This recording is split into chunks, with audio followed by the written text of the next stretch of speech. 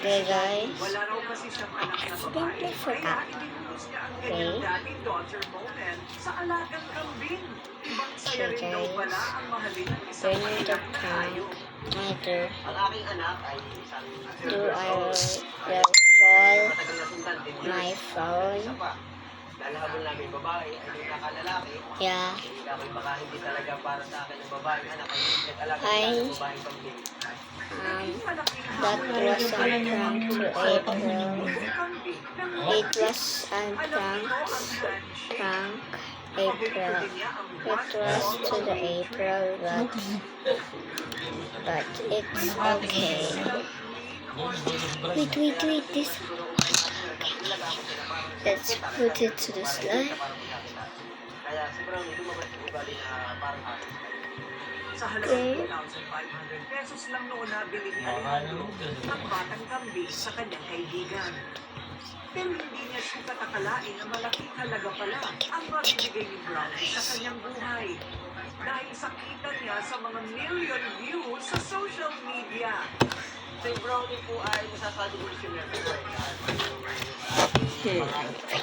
Nasabi na lang isang vlogger na dahil They let me do the again. That's my favorite figure, guys. Figure. Please an ASMR try that ASMR because that's so satisfying. But you need to hold it so many times that maybe you will be tired. Okay, fall.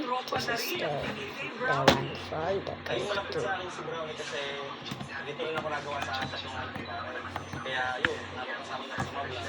Hanggang sa kilala na rin ako Brownie. Mabalik naman sa'yo, hindi mo sa'yo sabihin hanggang Ang tauna naman na si Mama, ang matyaga rin nag-aasikaso kay Brownie at natutulong pa ng ibang Shadow friends. time. Ako po yung una nagturo kay Brownie kung paano kumamay. Tapos kung paano kung saan lumapit ang para matubog pa rin po siya. Ang nangyari po That isang tabihin na ayaw. Sadya daw kakaiba itong kambing na may meron sila. Imagine, hindi lang dahon ang paboritong kainin. Kundi mga Ginilam ka, no? Nagtalokbong ka eh. crackers. Nakiyok mo muna electric fan. Magdadais po siya, full day.